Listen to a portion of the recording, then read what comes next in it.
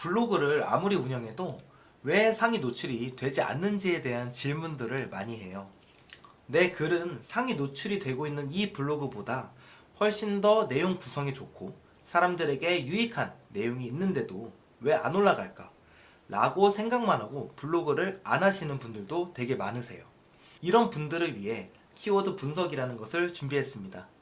그리고 제가 이전 영상에서 키워드 분석은 블로그를 하는 사람이라면 기본 중에 기본이라고 말씀을 드렸습니다. 상위 노출을 하고 있는 대부분 블로그는 글을 올리기 전에 키워드 분석을 꼭 해요. 과연 이 키워드 분석을 왜 하는 걸까? 오늘은 이 부분에 대해서 말씀을 먼저 드리겠습니다.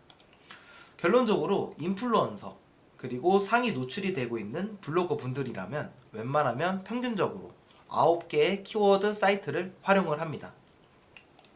잠깐 보자면 네이버 인플루언서, 키워드 마스터, 블랙키위, 키워드 사운드, 마피아노, 크리에이터 어드바이저, 스마트 블록, 네이버 검색 광고, 네이버 데이터랩, 이 9가지를 항상 확인을 합니다.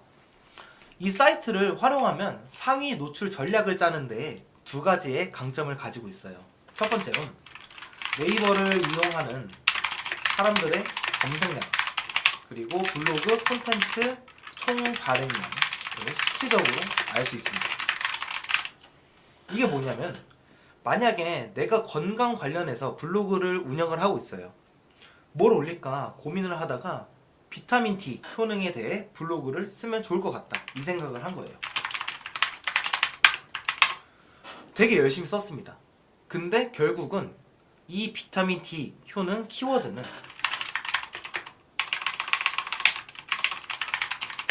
웬만하면 상위 노출이 될 확률이 되게 낮습니다. 이유는 사람들의 검색량이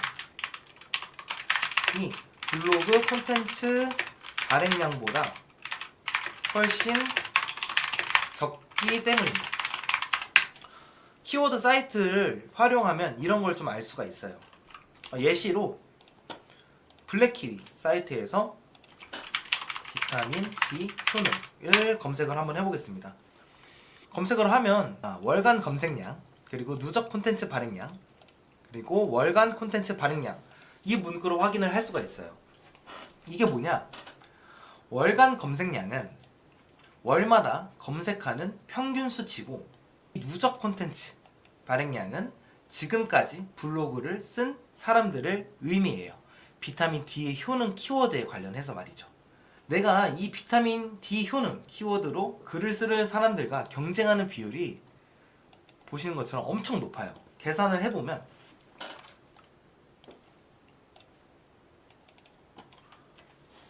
보면 48만이라고 할게요. 48만 나누기 8370을 하면은 57이 나와요. 그러니까 이 블로그 글을 쓴 사람들과 경쟁하는 비율이 57대 1 정도인 거예요. 이것은 내가 57대 1의 경쟁을 이기고 1페이지 내에 있을 비율이고, 쉽게 얘기를 해서요. 하지만 실제 사람들은 블로그 최상단 3개의 글만 확인을 해요. 여러분도 아마 그러실 거예요. 그러면 지금 누적된 블로그 글이 48만 개니까 나누기 3을 하면 16만 글보다 좋아야만, 이 경쟁을 이겨야만 사람들이 볼 수 있는 최상단 노출이 가능합니다. 좀 현실적으로 불가하고 너무 시간 낭비죠. 하지만 반대로 블랙키위의 태풍증을 검색을 한번 해볼게요.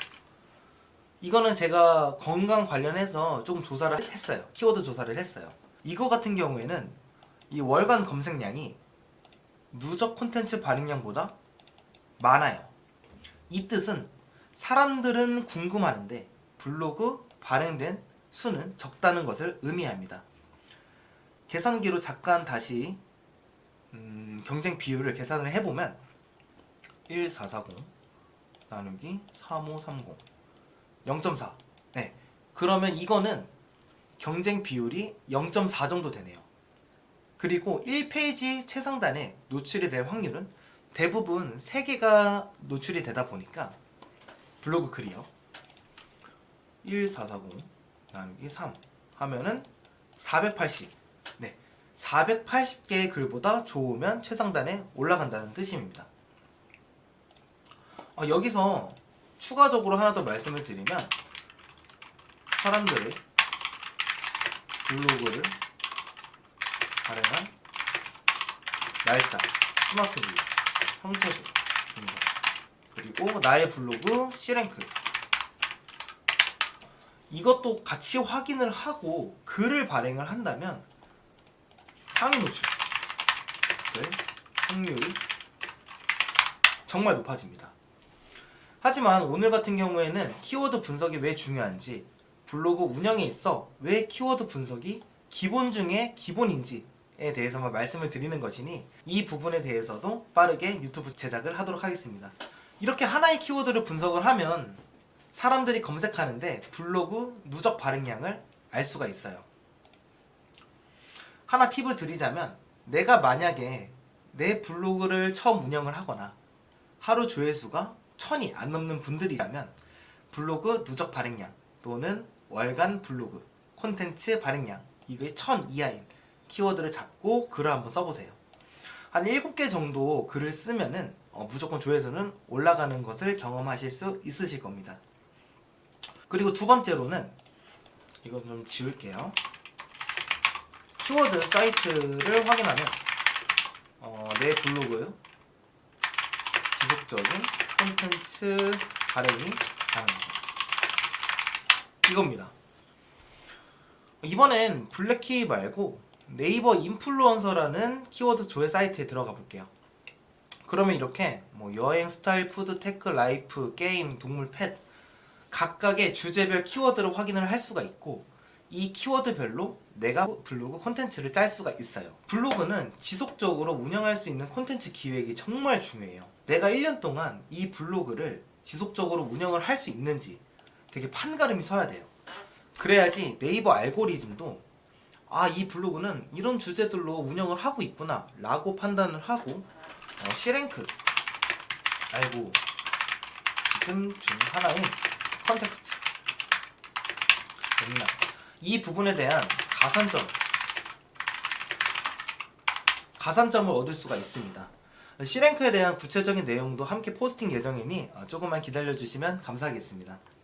그래서 키워드 분석은 블로그 수익화와 내 사업의 블로그 브랜드 마케팅 부분에 있어서 처음부터 알아야 할 기초라고 생각을 해요.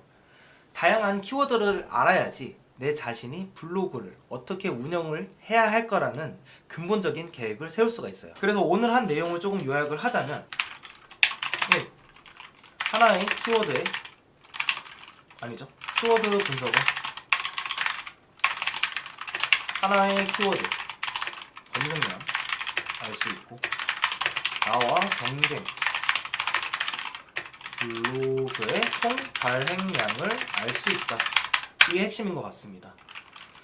그리고 조회수가 1000 이하로 나오는 분들, 그리고 처음 블로그 하시는 분들, 이분들 같은 경우에는 월간 블로그 콘텐츠 발행량이 1000 이하의 키워드를 잡고 글을 쓰면 조회수는 무조건 올라간다. 네. 두 번째, 키워드를 지속 가능한 블로그 운영이 가능하다. 이겁니다. 오늘의 유튜브 제작 내용입니다. 이렇게 총 2가지 내용으로 요약을 할 수 있을 것 같습니다. 그래서 다음 유튜브 제작은 이 키워드 사이트별로 어떻게 활용을 할 수 있는지에 대한 유튜브를 제작을 할 거예요. 여기서 중간에 스마트 블록 내용도 포함시킬 것이니 많은 관심과 시청 부탁드리겠습니다. 감사합니다.